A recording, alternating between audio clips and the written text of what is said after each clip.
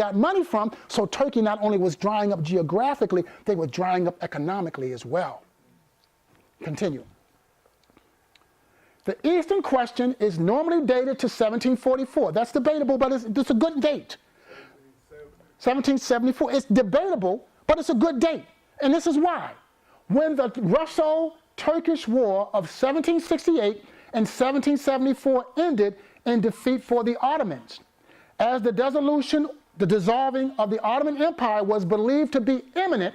So in other words, when the war happened, everyone said, Ottomans, they're gone. But God didn't say that was going to happen, did he? God said that he would dwell in the presence of all his brethren. So even though it may have looked like it to everyone else, God said, I'm not ready for them to come to their end.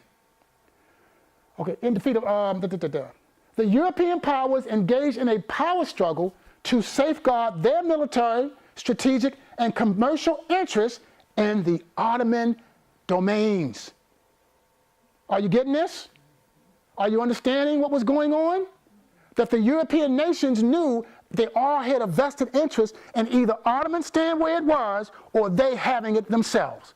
Nobody wanted no one else to have it. So if I can't have it, what? You can't have it either. That was how it was. Imperial Russia, though, now in comparison to all the European nations, how does Russia compare? Much bigger. Much bigger, right? So Imperial Russia stood to benefit from the decline of the Ottoman Empire. On the other hand, Austria, Hungary, and Great Britain deemed the preservation of the empire, the Ottoman Empire, to be in their best interest. Again, if we can't have it, we're not going to let Russia have it. The Eastern Question was put to rest after World War I, so they thought.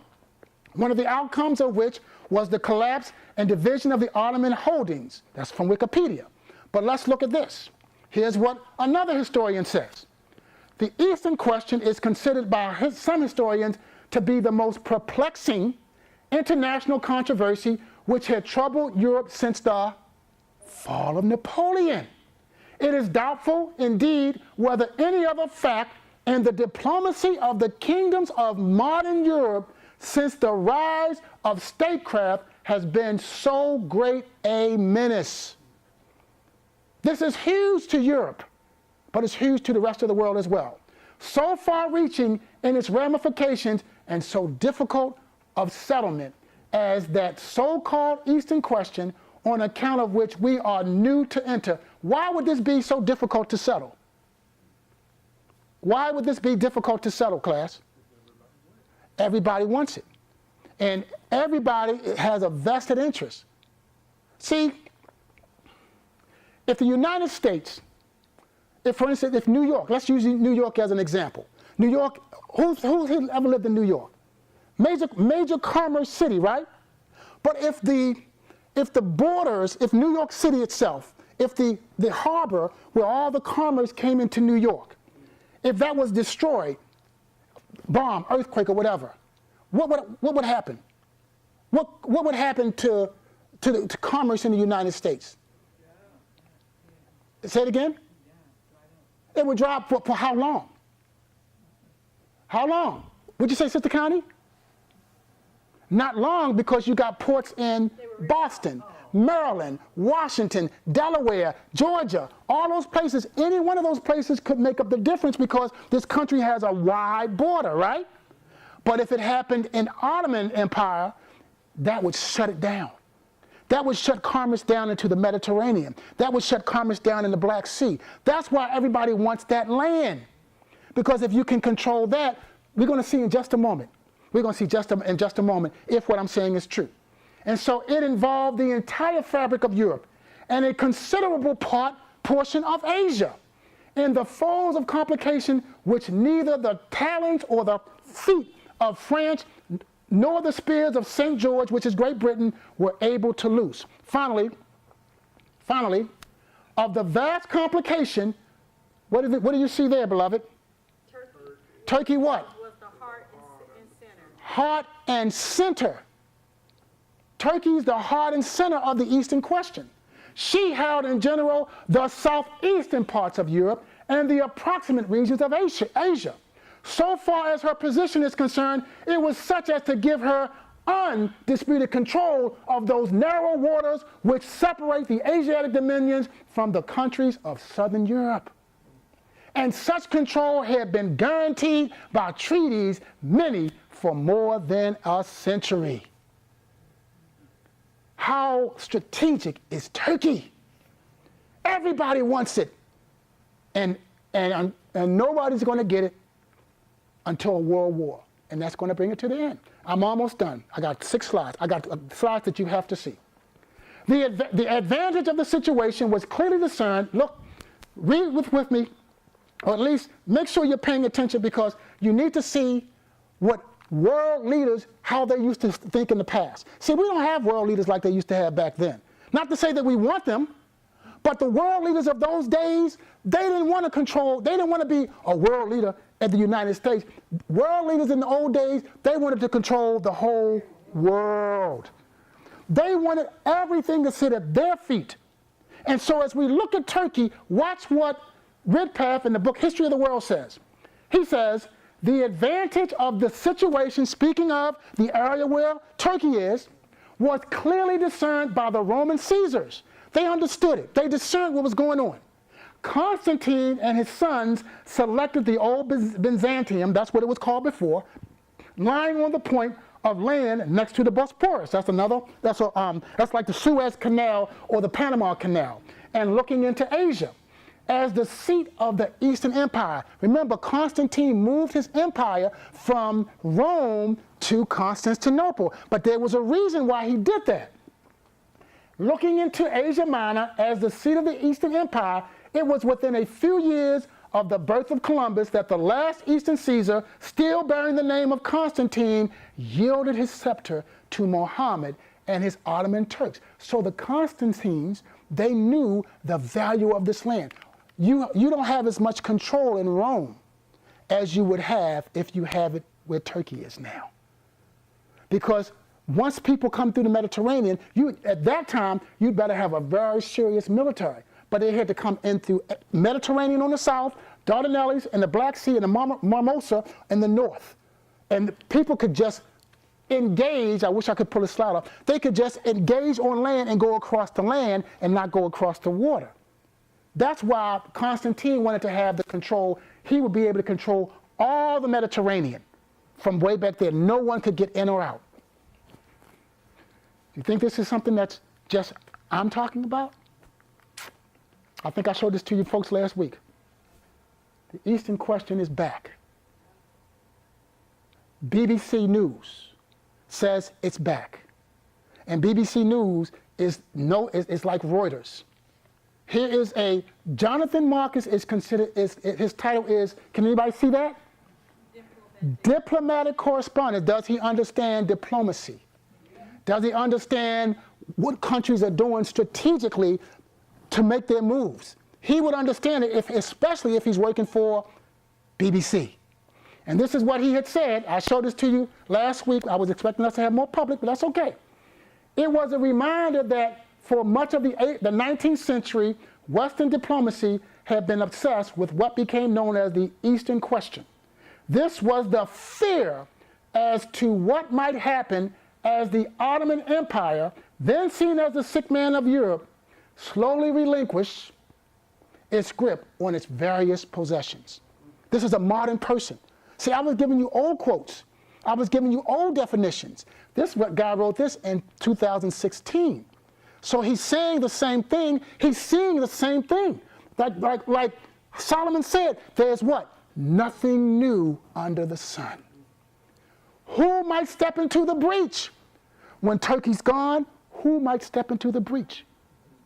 Why do you think Putin is always in Erdogan's face, brothers and sisters?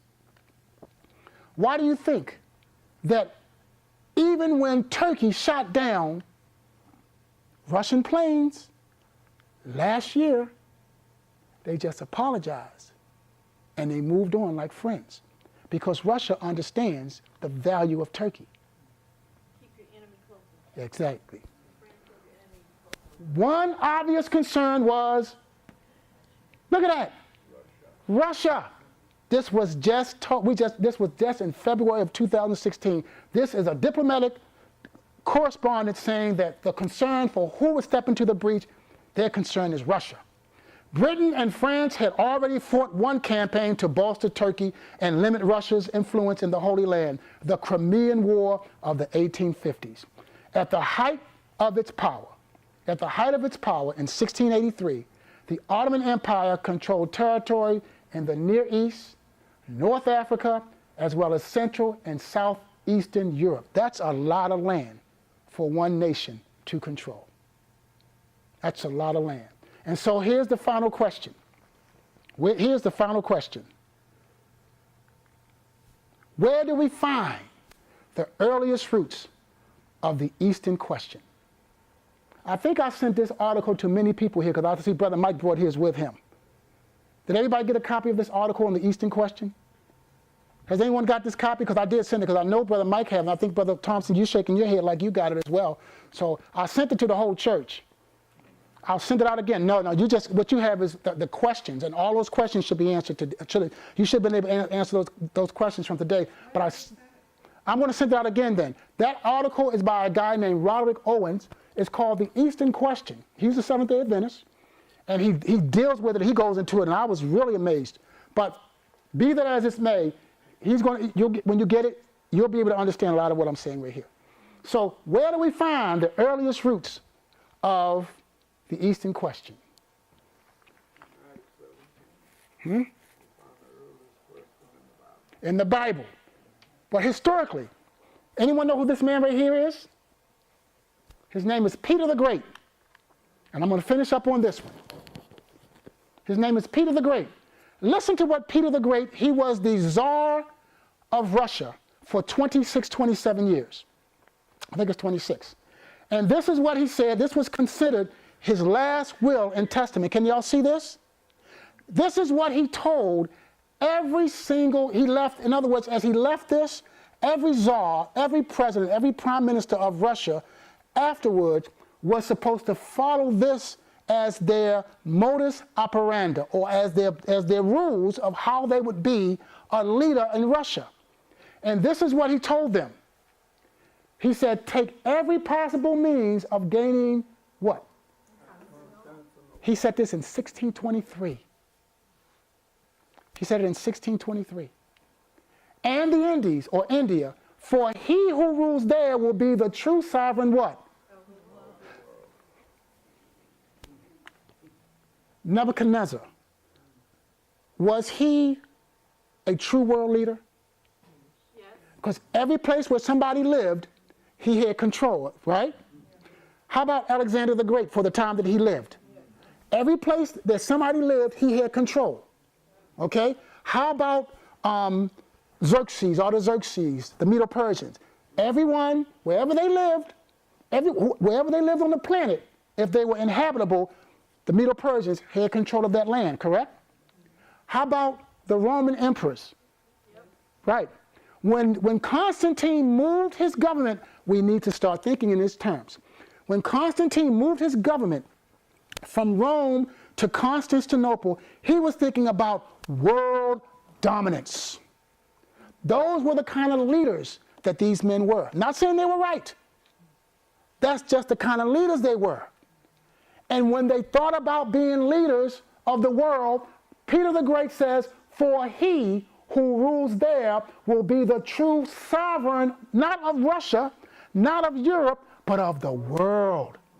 See, he was thinking globally, because he knew if I can control this, then I don't have to worry about, he's going to say it, excite war continually where?